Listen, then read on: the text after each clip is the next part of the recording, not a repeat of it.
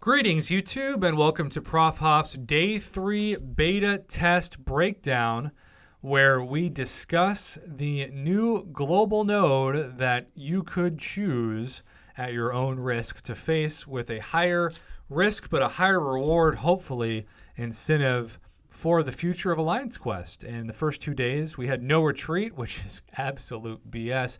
Bane, which is not as much BS, but I still think, considering how passive the AI is, particularly in map 5, which is all I run, it's going to catch up to you with that Bane timer. Bane wouldn't be a problem node at all if you didn't transfer the Bane any other way besides being hit. But of course, if the Bane timer runs out and you don't counter, then the Bane transfers to you anyways. And that's what I hate about Bane. I don't mind it so much as it is if you're trying to bait specials or something, you could still end up taking damage. So now we have something brought to you by FedEx, which is essentially special delivery. And we are going to bring out our handy dandy rank 5 65 6200 Omega Red for this. Now, special delivery, what the heck is that besides a request from the Postal Service? Well, if you forget about it, the attacker begins the fight with 15 combo charges. Each landed basic attack decreases the combo charges by 1, and launching a special attack will reset the charges. If all charges are removed, they are reset, and the attacker suffers a passive degen equal to 100% of the defender's attack rating over 4 seconds. So here's what really is going to suck about this one.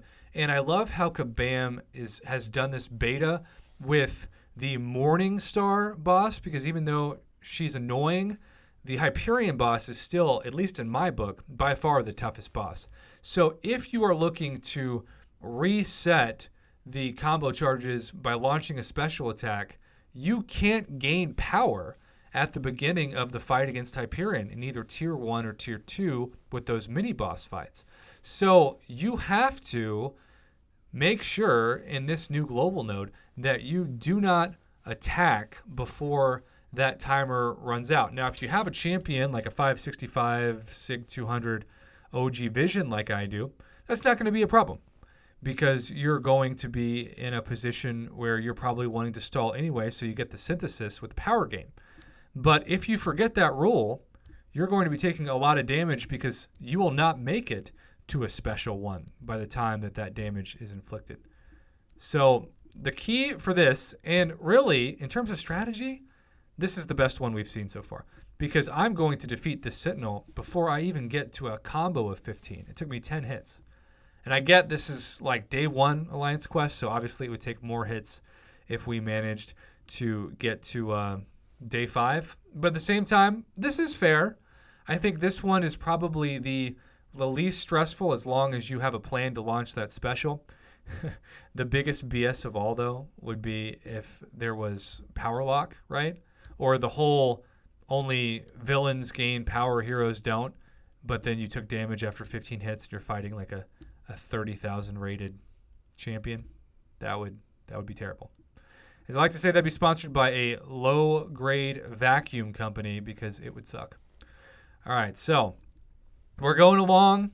There is really no difference right now in these fights versus what I experience normally without the global buff or debuff because I'm not even getting to attack of 15. Really, it's going to be about getting to that combo of 15 with Morningstar.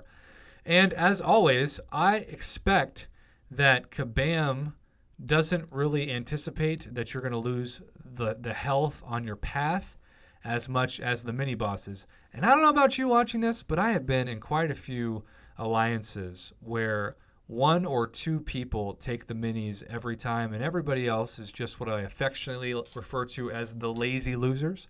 They will complete their path, and then they'll just log off. And they'll log back in, and they'll check, and if the mini-boss isn't down, they'll just log back out, and they'll keep doing this until eventually it's down. And as somebody that can be a mini-boss slayer in my alliance, this can get really annoying because you think you people are risking no health, and you are just waiting to piggyback off of my skill and potential risk. Now, here's an interesting one. So Hela got her indestructible with her awakened ability, and I went down to 1. So had I kept going and forced another attack, I would have taken some damage before that fought. or that fight, I should say, is over. So it's just keeping an eye on that hit counter and making sure that you don't fire a special that you are wasting. I don't think that's going to be a problem because most champions, the power doesn't gain that much between combos. But I do think it's just being disciplined. I'm super excited, and we are very close now to fight Morningstar. That has been kind of the tall tale, if you will, of the first 2 days, where the no retreat thing was straight BS for mini fights, particularly Sentinel, given the double decks with dodging the special one. And I've seen people be like, big deal, just block it. Like, that's true. It's not that you're wrong, but it's still designed to get you to just do instinctively what you've always done and then take damage. Like, I probably could have just blocked that. I did a triple retreat in that one. With this node, no damage is lost. I'm still safely at 100%. But on day one of that global, I would have just taken quite a bit of damage. So it's all about discipline. And who knows? Maybe there are people who are chomping at the bit for this. Maybe they are so excited to make Alliance Quest harder because they'll hopefully get better rewards and more of a challenge. I am not that person. I look at Alliance Quest as something that is tolerable and fairly easy for fairly good rewards. The whole point of this game is to open your favorite champions or the champions that you're hunting that you know are going to be the best, rank them up, and then make them all powerful. So Alliance Quest gives you a better chance for rank up rewards with the Glory Store and then, of course, the regular rewards that you acquire from the end of Alliance Quest Week rewards. Okay, so here's the deal. We are waiting for this boss fight to really tell us how this is going to be. I think it's not going to be a problem because let me show you the old Prof Hoff strategy. We are going to be, as always, baiting the special one. There we go. Double dash back. Now notice I am down to 1 hit. So I'm going to parry and then fire off a special one and reset that meter to 15. Had I forgot to fire off the special one, I would have taken damage. I would have been screwed. But I'm going to be disciplined. I've got plenty of time on the counter. Now, notice how passive Morningstar is. It feels like an all or nothing node right now. I'm just dashing back, dashing back. Finally, she decides to launch it. Now, what I'm going to do is wait till the last moment, which is 1. Thankfully, there's not like limber on this. And I'm going to fire the special one right there. Resets to 15, and I am back to 99% health. Omega Red is just the best. Notice that because I waited to the last possible moment to fire off the special one, I've already built up 2 bars of power, and that objectively was a cakewalk compared to day 1 and day 2. So this is a much more player-friendly node. It requires discipline, and I'm fine with that.